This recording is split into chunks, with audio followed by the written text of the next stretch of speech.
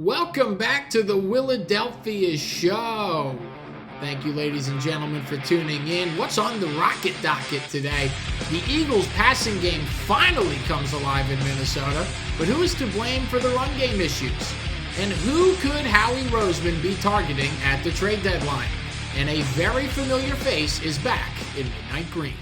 Welcome in, everybody. It is wonderful to see all of you. I know it's been a while. I've been very busy with school. I graduated in April, so things have kind of been ramping up. But fear not, we are back, and we are bringing the funk, the whole funk, and nothing but the funk. Speaking of funks, the Eagles' passing attack broke out of one on Sunday in Minnesota en route to a 28-22 win over the Vikings.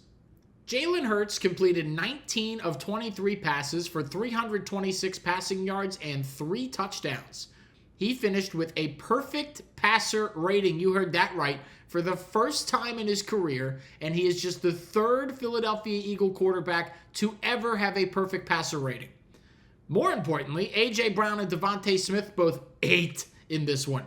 Smitty with 9 receptions for a career-high 183 yards and a career-long 79-yard touchdown, while A.J. Brown had 4 receptions for 121 yards and 2 touchdowns.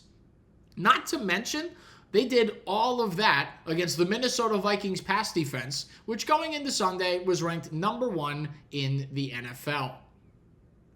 You guys know what all of that means. All of the Jalen Hurts can't throw morons out there are real quiet this week, just like they always are whenever he proves them wrong.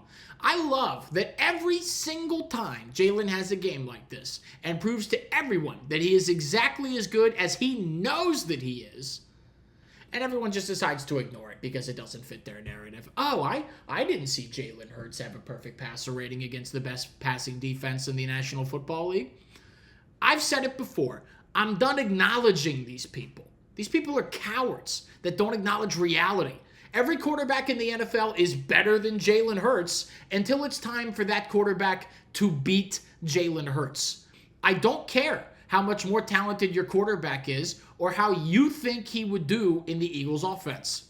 The Eagles were coming off of back-to-back brutal losses to Denver and New York. The team needed a pick-me-up win that uplifted the spirits of the team and the fan base.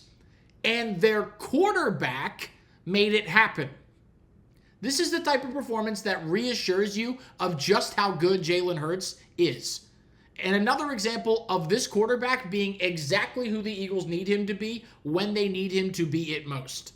The Eagles' offense has been lackluster to this point, and yet somehow Jalen Hurts is putting up the following numbers through 7 games. 69.7 completion percentage. 1,683 total yards, 16 total touchdowns, 11 passing and 5 rushing, just 1 interception, no fumbles lost, and a 108.9 quarterback rating. I don't know about you guys, but those are some pretty damn good numbers. That's what I know.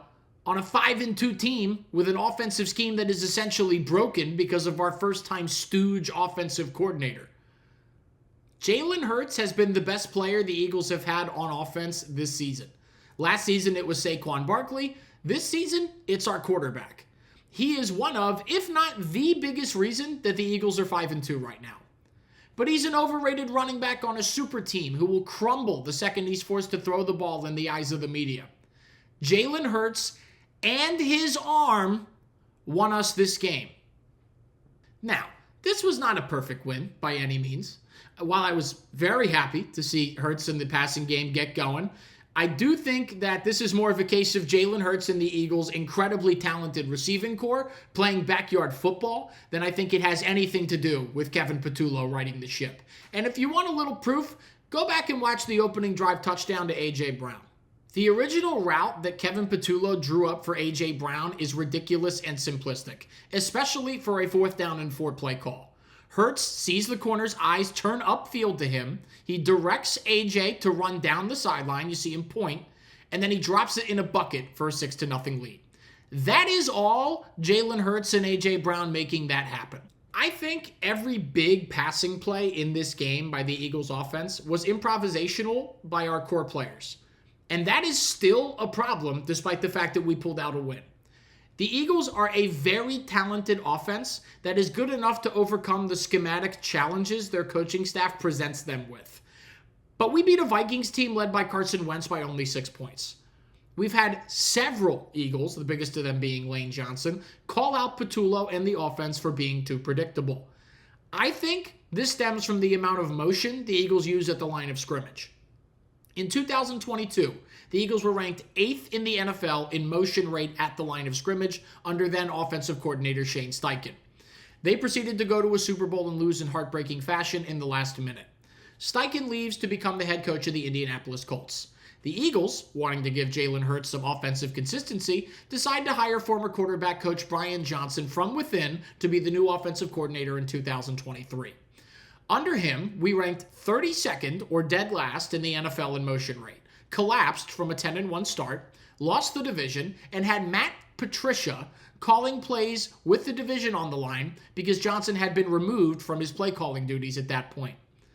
2024, we hire Kellen Moore. The Eagles rank 10th in pre-snap motion, and we win the division, the NFC, and the freaking Super Bowl. Kellen Moore leaves to go be the head coach of the New Orleans Saints. Stupidly, I might add, but that's what he did.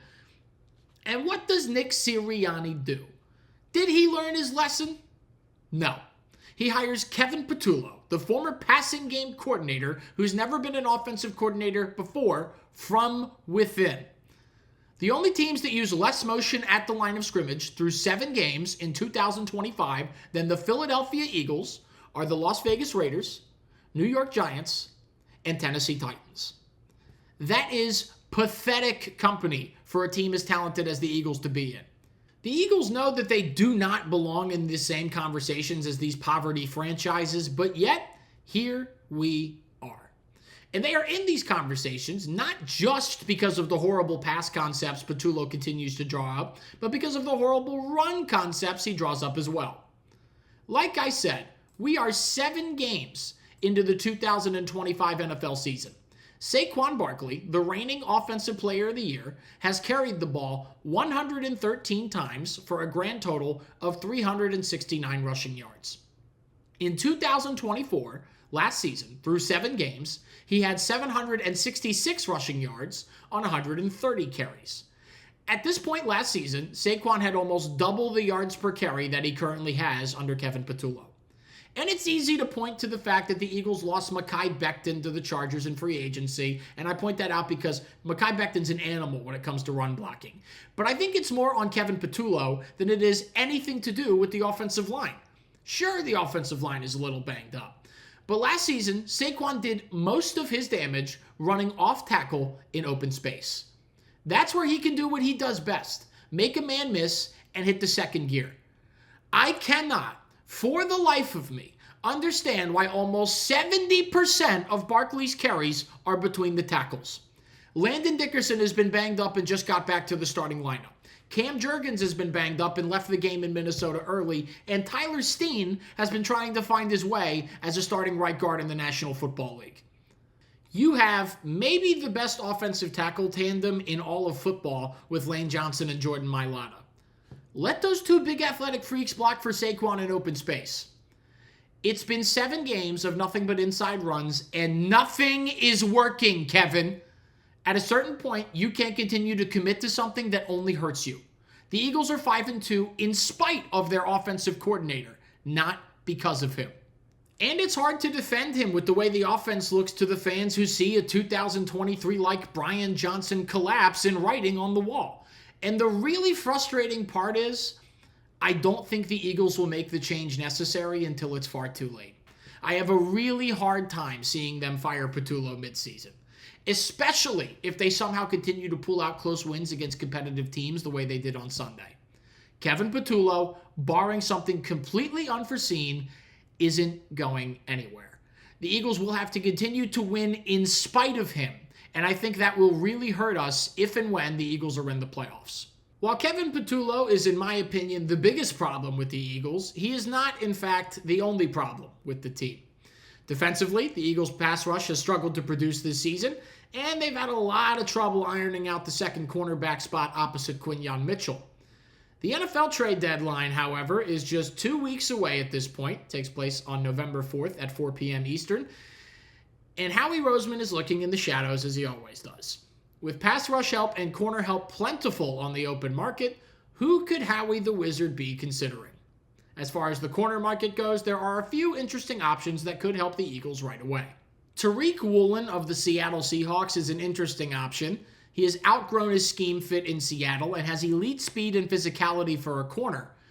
I think that he is the ideal fit on the cornerback market for the Eagles' second corner spot, but I'm not sure exactly what Seattle would want for him.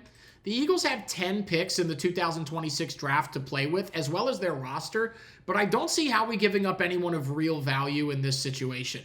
He will most likely want to keep this to cash and draft capital, and it would not surprise me if Seattle looks elsewhere because of that. Another corner I think the Eagles should be in on is Cam Taylor-Britt of the Cincinnati Bengals. He isn't as good of an athlete as Woolen is, but he is a big-bodied and physical corner who specializes on the outside. He's 26 years old, and I think he would fit very well in Vic Fangio's scheme, as he has an ability to play both man and zone coverage well. The biggest problem with him is that he's a free agent after this season, so they may look to deal him to a team that has a certain interest in extending him.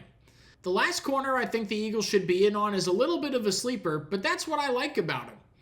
Roger McCreary of the Tennessee Titans is slowly putting together a solid season in Nashville.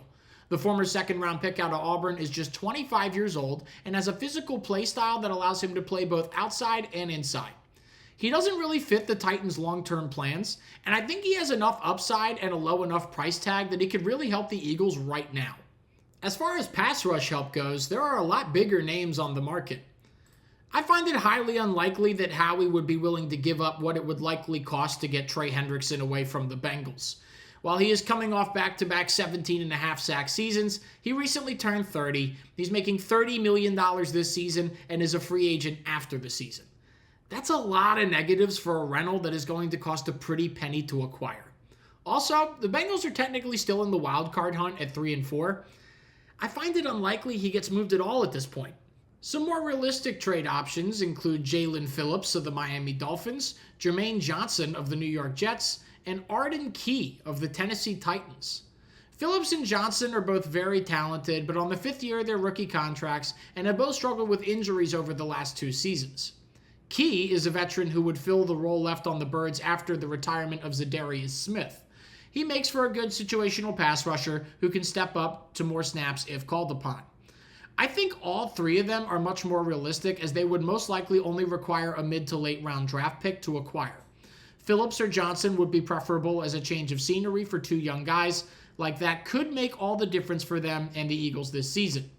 Speaking of pass rush help, the Eagles will get some in the form of a very familiar face. Philadelphia sports icon and Eagles legend Brandon Graham announced he is unretiring and re-signing with the team this past Monday. When BG takes the field on Sunday against the Giants, it will be the start of his 16th NFL season for the Eagles. He is the longest tenured Eagle in franchise history, having suited up for 206 games in the Midnight or Kelly Green. And I'll be honest with you, it's really frustrating to me to see people out there that are downplaying this. This man might be the greatest Eagle of all time. You can make an argument that he has done more for this franchise than anyone else to ever wear an Eagles uniform. He retired last season because he wanted the storybook ending. And how can you blame him? Who wouldn't want to retire on top of the mountain as a champion? But are we really going to act like Brandon Graham wasn't playing some damn good football last season before he tore his tricep? It's not like this guy lost a step, started to get embarrassed, and then retired because he realized he couldn't play anymore. He retired because he thought it was the right thing to do for him and his family. And then we get 7 games into the season and the Eagles can't rush the passer. It's kind of gotten to a point where it feels like the defense is missing a leader and it's missing a real edge that they played with last season. You are an idiot if you think Brandon Graham doesn't give the Eagles both of those things the second he walks back into that locker room. I know he's 37. I know he tore his tricep last season. I know he didn't have a training camp, and I know it ruins his storybook ending. None of that changes one simple fact. That man has done enough for this franchise that if he can still play, and if he wants to still play, he should have an open invitation to come back. He wanted to come back. He can help the team win. Don't overcomplicate this. And on top of all of that, Nolan Smith will be back off the IL after the Eagles' bye week in Week 9. Pass rush help is on the way to the Eagles in one way or another. The Eagles take on the New York Giants for the second time in 3 weeks at 1 p.m. this Sunday, October 26th, from Lincoln Financial Field in Philadelphia.